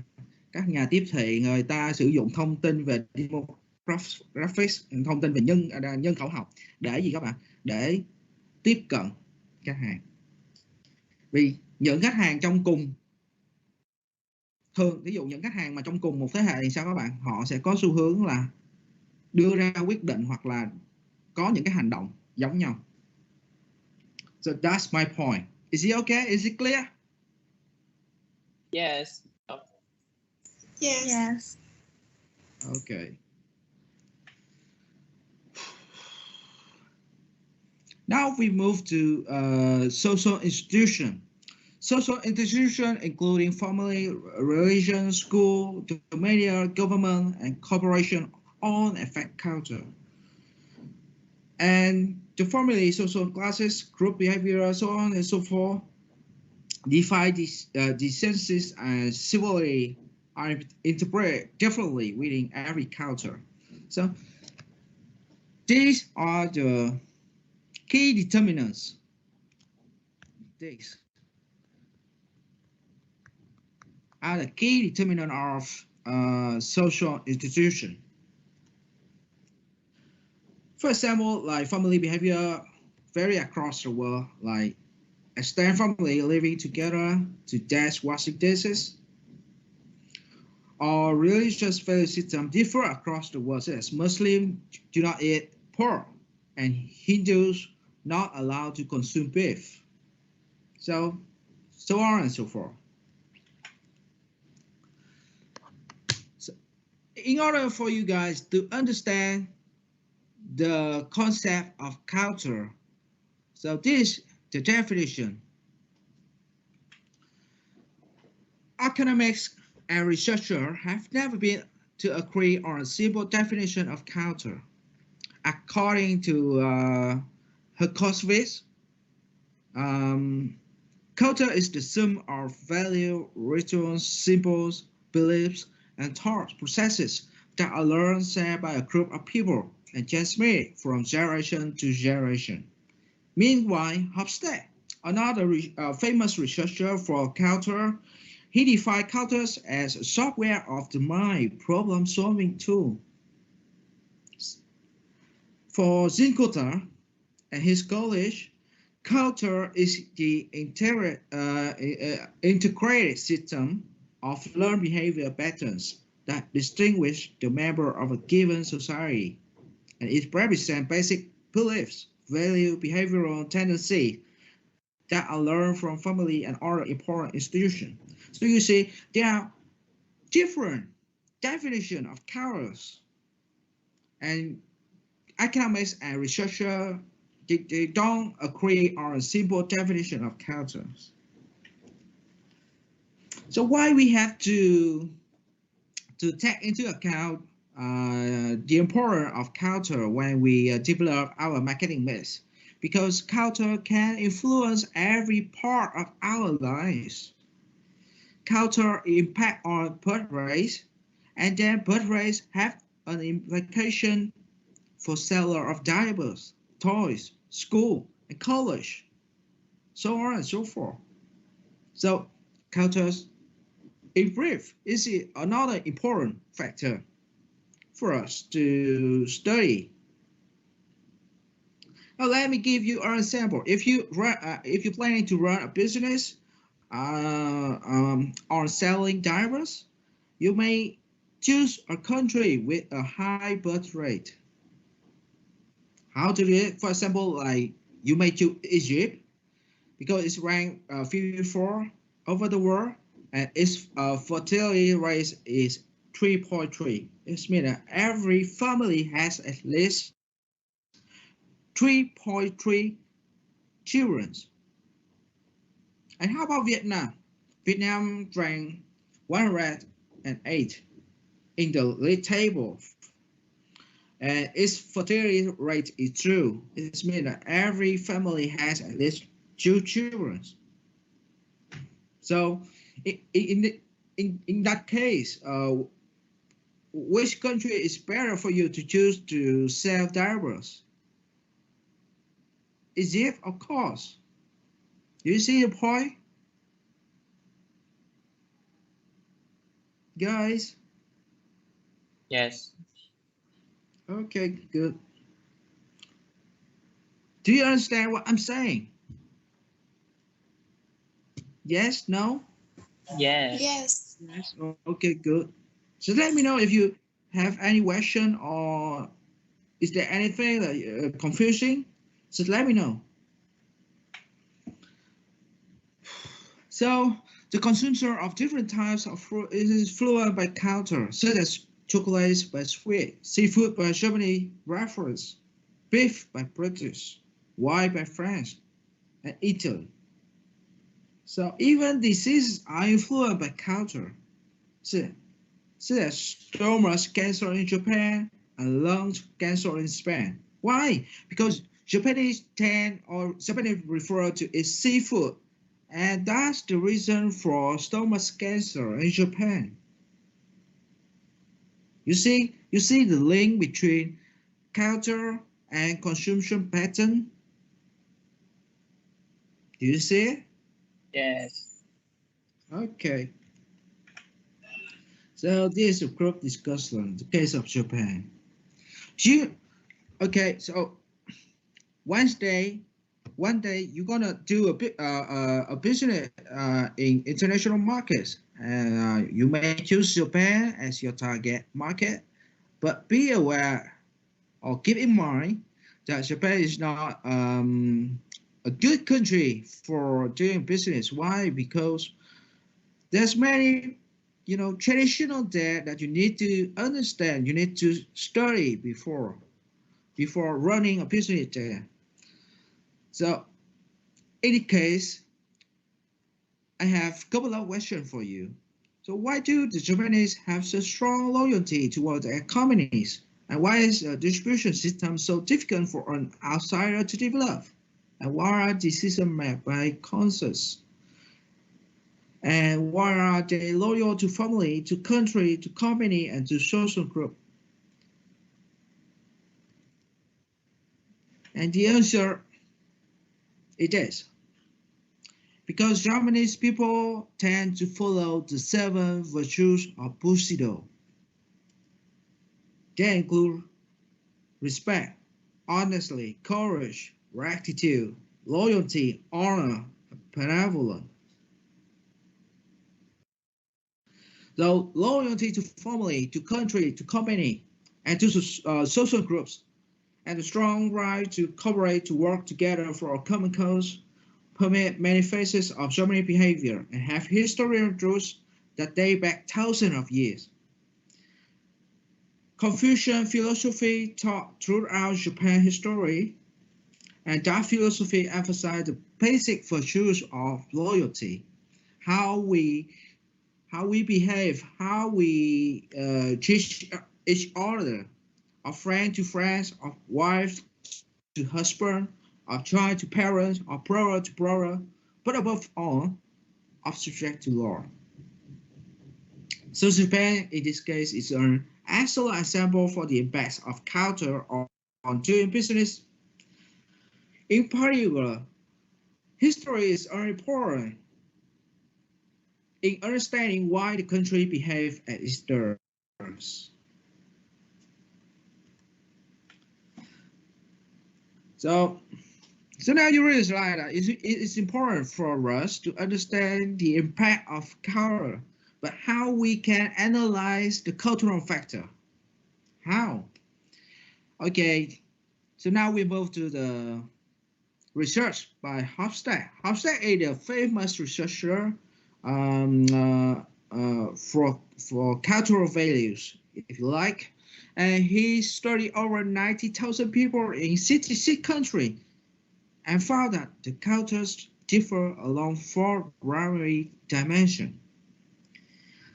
And he used the term, he used his term for this primary dimension. The first one is called individualism or collective index,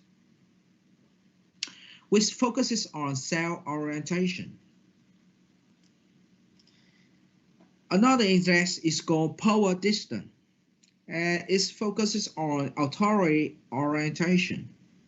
The third one is called uncertainty avoidance index, and which focuses on risk orientation. And the last one is called masculinity or femininity index, which focus on assertiveness and achievement. So you may wondering what exactly this term stands for. Okay, now I explain one by one. Individualism index refers to the degree of interdependence that a society maintains among its members.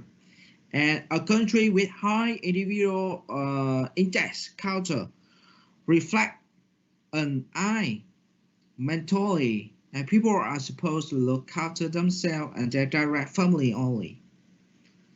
Meanwhile, a country with low low individualism index reflect a we mentality, and people belong to in groups that take care of them in exchange for loyalty.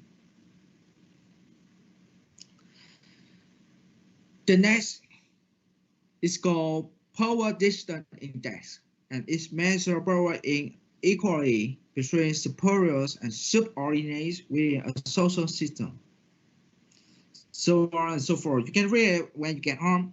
Okay, it's I'm gonna keep it short. Okay, this is Hofstede index, language and linguistic distance. First of all, now I'm going to show you how to make use of Hofstede cultural value for international marketing. Okay, please open a web browser.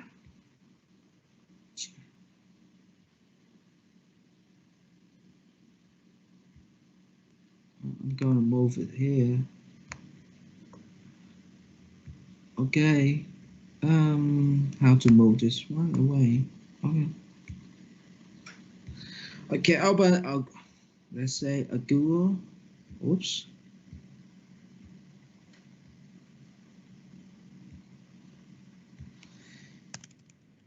Google.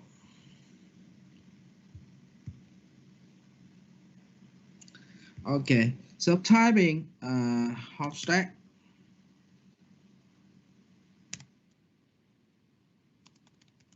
Cultural values.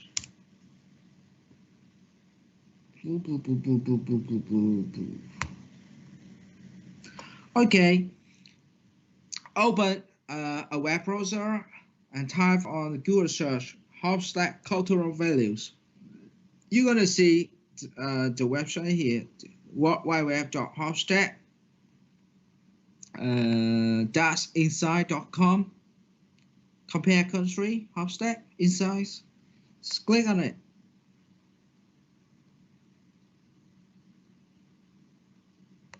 Okay, so this is how it works.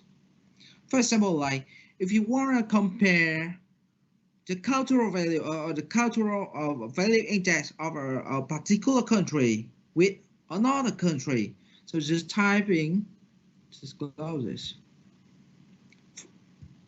In this cultural compass, okay, let's say for example, like we're gonna compare Vietnam.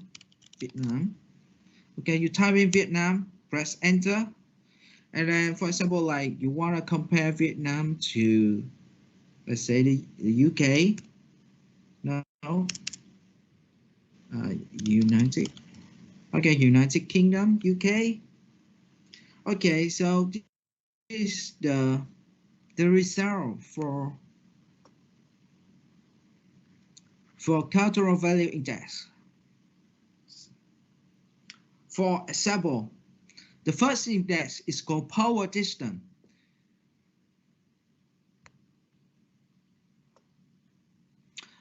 In United Kingdom, the power distance index is 35. It's quite low. It's below 50. For Vietnamese, it's 70. So it's quite high. It means that power distance is mean that, okay, let me give you an example for it. Manager in Vietnam, usually they tend to display their authority, their power. They try to keep a distance from their followers, from their employees. So that's why we call power distance. But in United Kingdom, our manager tend to be close to employee. There's no difference between a leader and a follower. There's no difference.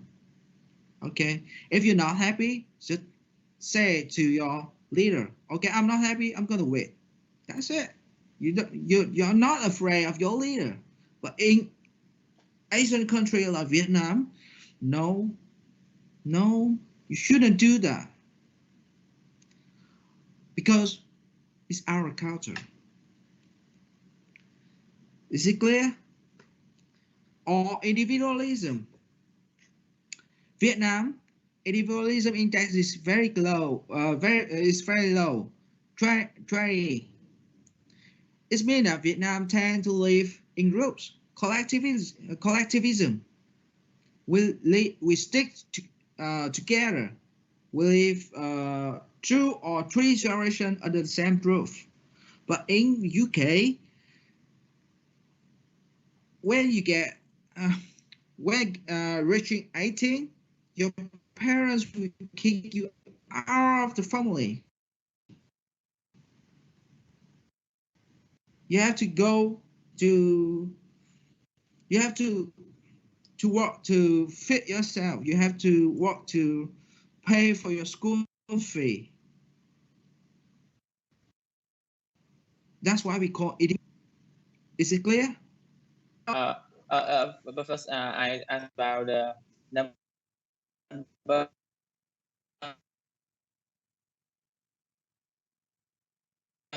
Is a percentage of what is convey the message 2089 is about the percentage, right? It's not the percentage. It's the what we call is the index. Is it the point? But you can say that it's equivalent to 100%. It's up to you because the maximum point for this index is 100. Yeah, that's the point. Okay, yes. And about the internet from the UK that they have less individualism, so they care about more the role of the singer or the artist, different from the UK. The audience less care about their private personal life. Is that about example about the control effect on the behavior, right? No, not really. It's not about privacy.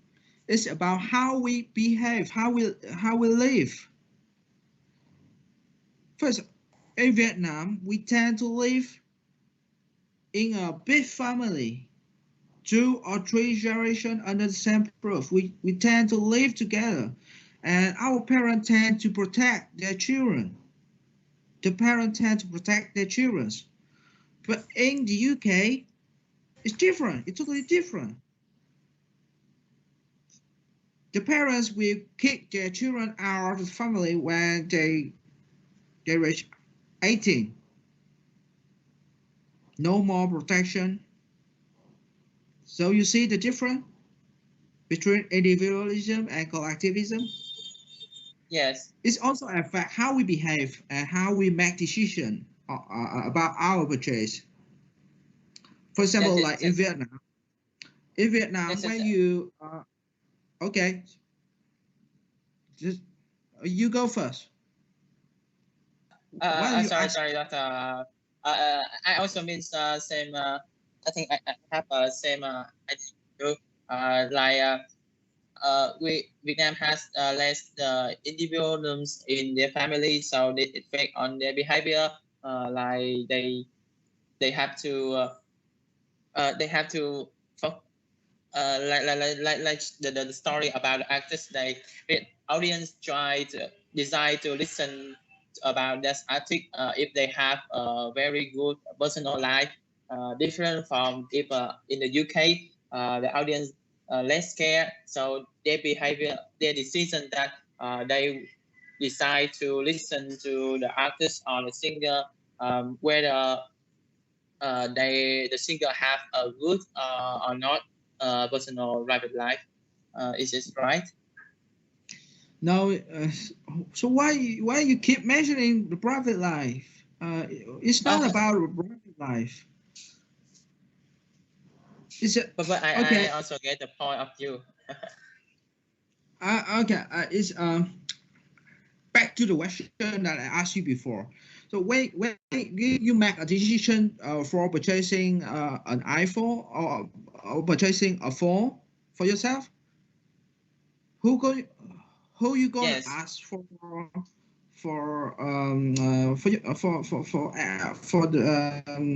the advice? Of course, your parents, right? Yes.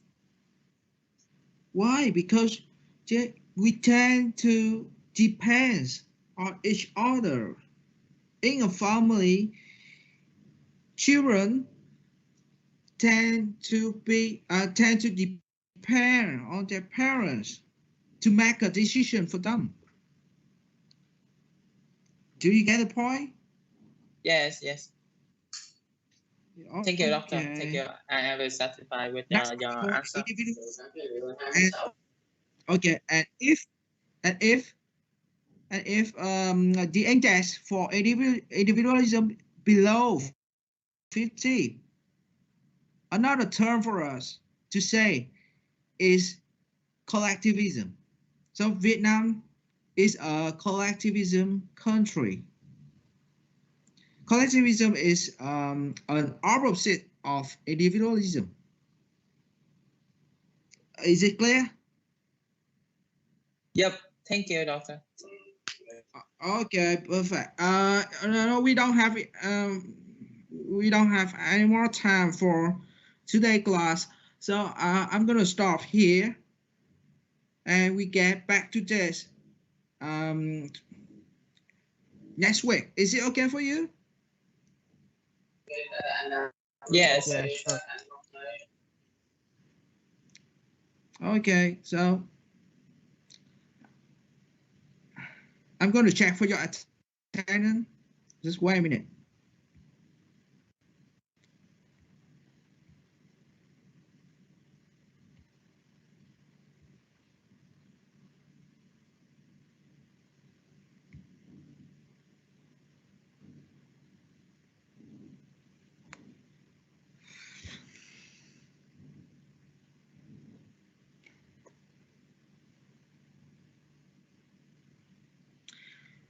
Nguyễn Thị Tuyết Minh, are you there, man?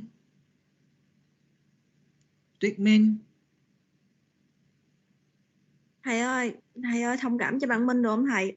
Ông ngoại bạn Minh mất á thầy. So what? I didn't receive any notice from Tuyết Minh for her absence today. So what's going on?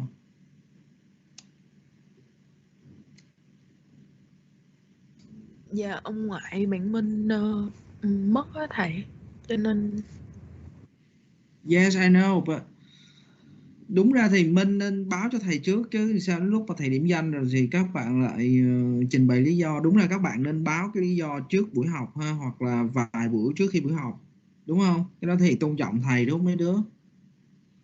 Tại vì em không biết mình học chung lớp thầy học thì Tuyết Minh em mới biết đó thầy. Rồi thầy vẫn điểm danh cho Minh ha. Và các bạn nhớ lưu ý là cứ mỗi buổi xong thì cái hệ thống MS Teams nó tự động ha, nó sẽ báo về cái gọi là cái thời gian mà các bạn tham gia lớp học ha các bạn. Bởi vậy các bạn lưu ý là các bạn đừng có chơi mánh khóe là các bạn thoát ra các bạn. Dạ thầy ơi em biết Minh nè thầy.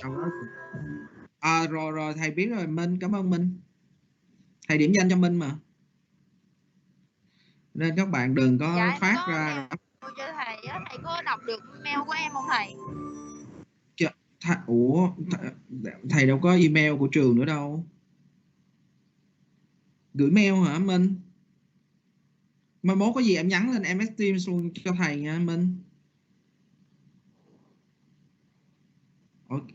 Rồi các bạn lưu ý là cái hệ thống nó tự động nó sẽ hiện về cái báo cáo report về cái quá trình tham gia lớp học của các bạn ha, là trong đó nó có thể hiện luôn là các bạn dự từ đầu buổi đến cuối buổi hay là các bạn thoát ra, các bạn đi chơi, các bạn làm gì đó rồi cái cuối giờ các bạn log vô lại để các bạn điểm danh, là trên hệ thống nó nói hết rồi các bạn.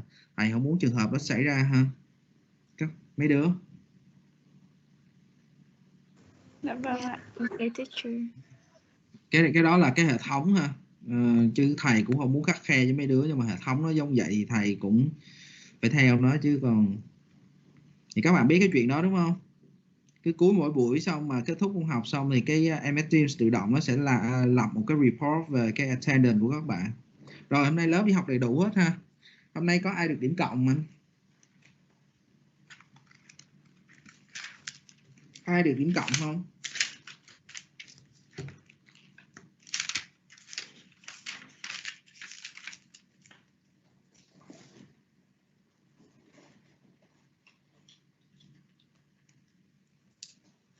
Lớp mình hôm nay có ai được điểm cộng không? Dạ có. Chơi ca hút. Có. Ca hút. Rồi ai? Dạ Hiếu Ngọc. Hiếu Ngọc mấy cộng Hiếu Ngọc? Dạ 3. Okay. Dạ Thu Minh 2 cộng ạ. Rồi Thu Minh 2. Ai nữa? Dạ Quỳnh Như 1 cộng. Rồi, ai dạ, nữa không Ngọc trong quá trình học? Ngọc Hân. Rồi Ngọc Hân mấy cộng nữa hả? Dạ 1 ạ. 1. Ai nữa không? Còn ai nữa không? Dạ không thầy. Hết rồi hả? Rồi các bạn có thể ấy rồi ha, các bạn có thể thoát rồi. Okay, so see you next week.